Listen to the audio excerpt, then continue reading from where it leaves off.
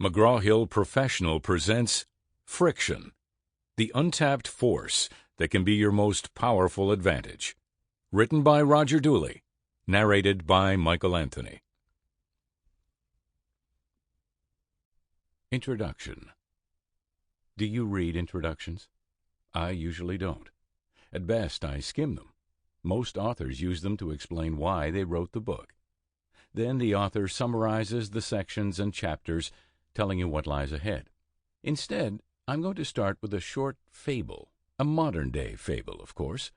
If you aren't a fan of fables, don't worry. The rest of the book will be more traditional in style. If you really don't like fables, feel free to skip ahead to the first chapter. The Friction Goggles, a modern fable. Evelyn and Aidan were senior managers at Packard Packaging, a mid-size supplier of cardboard containers and other shipping materials. It was Saturday morning, and the office was empty. They were in the big conference room, hurrying to put the finishing touches on a presentation for the CEO Monday morning. The pair had been tasked with cutting costs by 10% in the customer service department. "Sales are down, and the competition is brutal," the CEO had explained. "We have zero chance of hitting our year-end profit target if we don't get costs in line with sales right away." Evelyn and Aidan groaned inwardly when they heard that their target was 10%.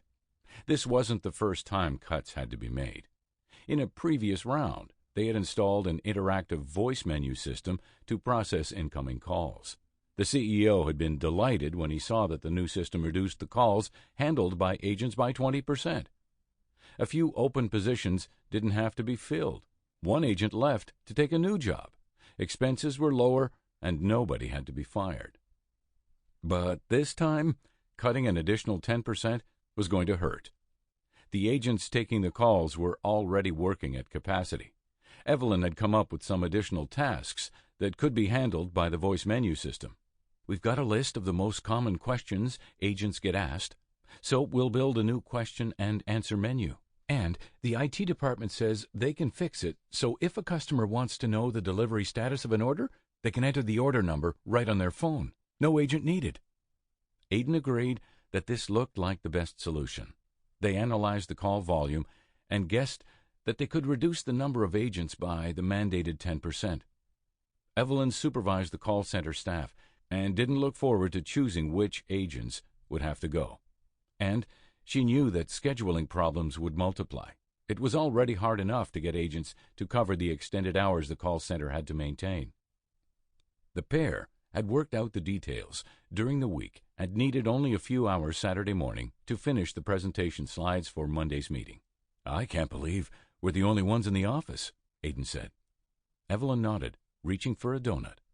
She had bought a dozen, thinking they could share them with anyone else working on Saturday. To her surprise, there was nobody else there. Then again, it was her first Saturday visit in months. "I think everyone is working so hard after the last round of reductions that they can't wait to get out of the office for a couple of days. A few years ago, Saturday mornings were a lot busier in here," she said. "And somehow, I don't think the cuts we're proposing are going to make people feel better about the company," Aidan added glumly. Evelyn was closing the donut box when a head peeked around the corner and said, "Hey, can I have one of those?" She and Aidan both jumped. When she saw who it was, she slid the box over. "Sure. Take two, Sam.